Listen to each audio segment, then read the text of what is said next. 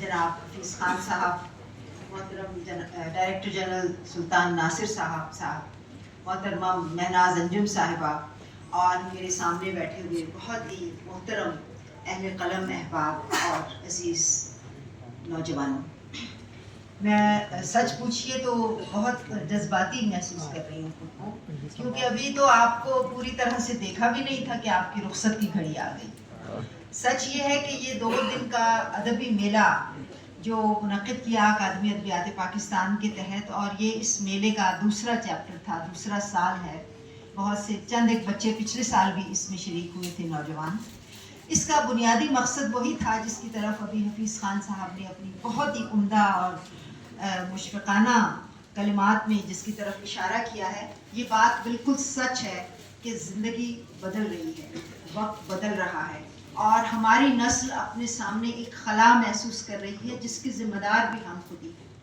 और यही वजह है कि अकादमी अदबियात पाकिस्तान जैसा इदारा जिसको कायम हुए अब अगले बरस 50 साल होने वाले हैं, इस इदारे ने की तरजीहात में हमेशा वो लोग शामिल रहे जो वाकई अदीब बन चुके थे, और ऐसे लोग हमारी नस्लें पैदा करती आ रही थी। हमारी नस्ल ने ये बुनियादी अदबी तरबियत अपने तालीमी इदारों में हासिल कर ली थी, लेकिन बदकिस्मती से अब ये खला जो पैदा हो रहा है, इसकी वजह ये है कि हमारे तालीमी इदारे अब उस तरबियत से हाथ खींच चुके हैं, और इस वजह से हमारी नौजवान नस्ल इस अहम सरगर्मी से गाफिल तो नहीं है, लेकिन उस तरह उसकी तरबियत नहीं हो रही जैसी होनी चाहिए।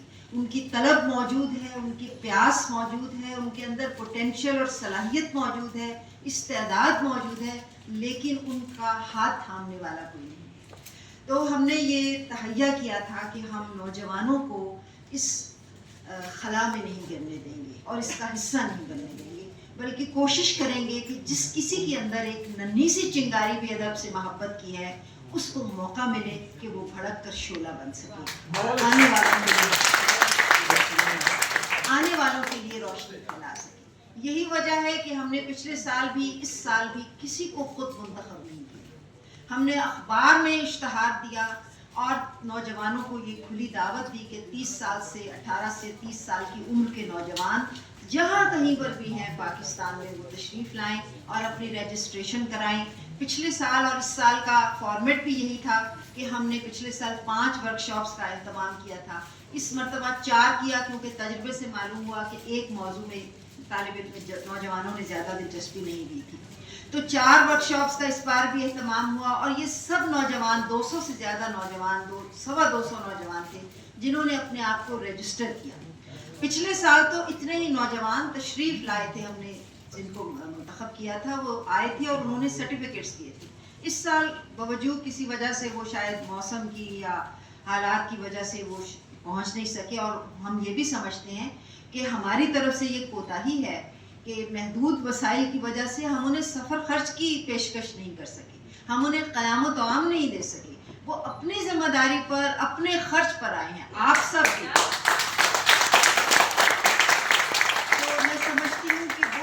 लोग जो यहाँ आए हैं, जो पैसे खर्च करके, अपना किराया खर्च करके, अपने तौर पर क़याम तआम की जिम्मेदारी उठाकर इस मेले में शरीक हुए हैं, वो यकीनन इस मेले के हकीकी मुखातिब भी थे, इसके महबूब भी हैं और इसके हकदार भी हैं, क्योंकि उन्होंने इसके लिए कुर्बानी दी है, और जो वो चीज़ जो हम कुर्बानी देकर हासिल करते हैं वो हमें ज़्यादा अजीज़ होती है, हमें मालूम होता है कि हमें उससे कुछ फ़ायदा उठाना है। तो ये सब नौजवान जो यहाँ आए, और मैं अपने उन अहबाब की भी तहे दिल से शुक्रगुजार हूँ जिन्होंने इन नौजवानों को तरबियत दी, ना सिर्फ इन वर्कशॉप्स में तरबियत दी है, बल्कि वर्कशॉप्स के अलावा जो मुकालमे के सेशन हुए हैं।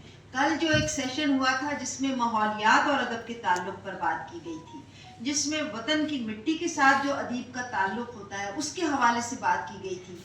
बहुत सी चीज़ें खुद हमारे लिए भी मालूमात अफजा थी और बसीरत अफरोज़ थी। इसी तरह आज अगरचे मैं उसमें शरीक नहीं हो सकी, लेकिन मैं गैलरी में खड़ी होकर सुनती रही कि नौजवान ادیبوں کے ساتھ جو مکالمہ ہوا اس میں کتنی میچور اور کتنی پختہ گفتگو ہوئی. میں حیران رہ گئی اس مکالمے کی گفتگو سن کر جو ابھی نوجوان ادیبوں کے ساتھ آپ کا ہوا.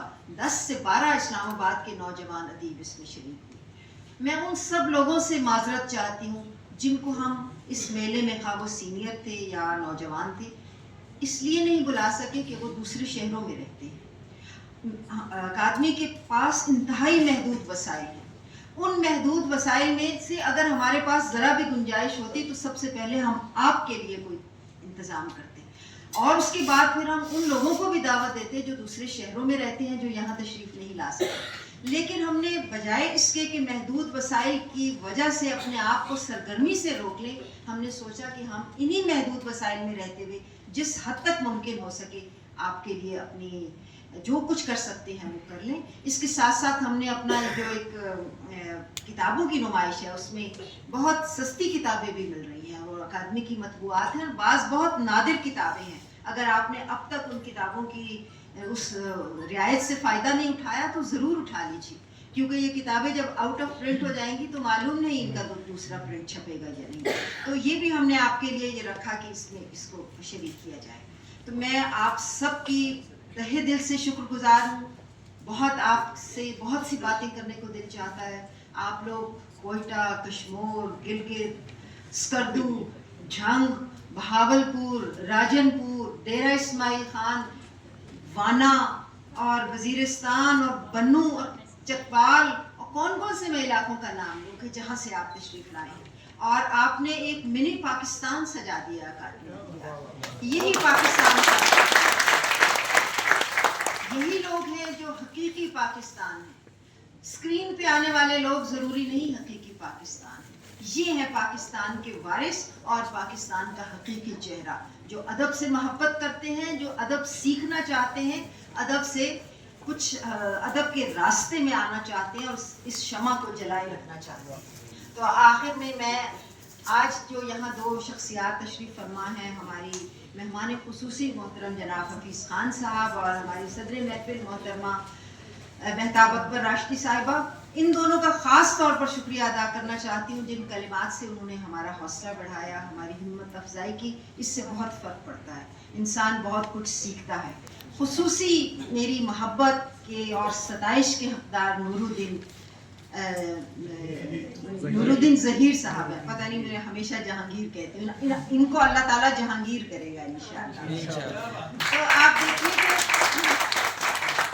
عزم و ہمت کی ایک مثال ہے اور نوجوانوں کے لیے ہم نے اسی لیے ان کو کی نوٹ اسپیکر بنایا تھا اپنے افتتاحی اجلاس میں کہ نوجوانوں کے لیے ایک رول ماڈل ہے کہ انہوں نے اپنی صلاحیتوں کو جو اللہ تعالیٰ نے انہیں نوازا تھا جن سے کس طرح استعمال کر کے مثبت راستے پر اپنے لیے پہچان بنائی ہے.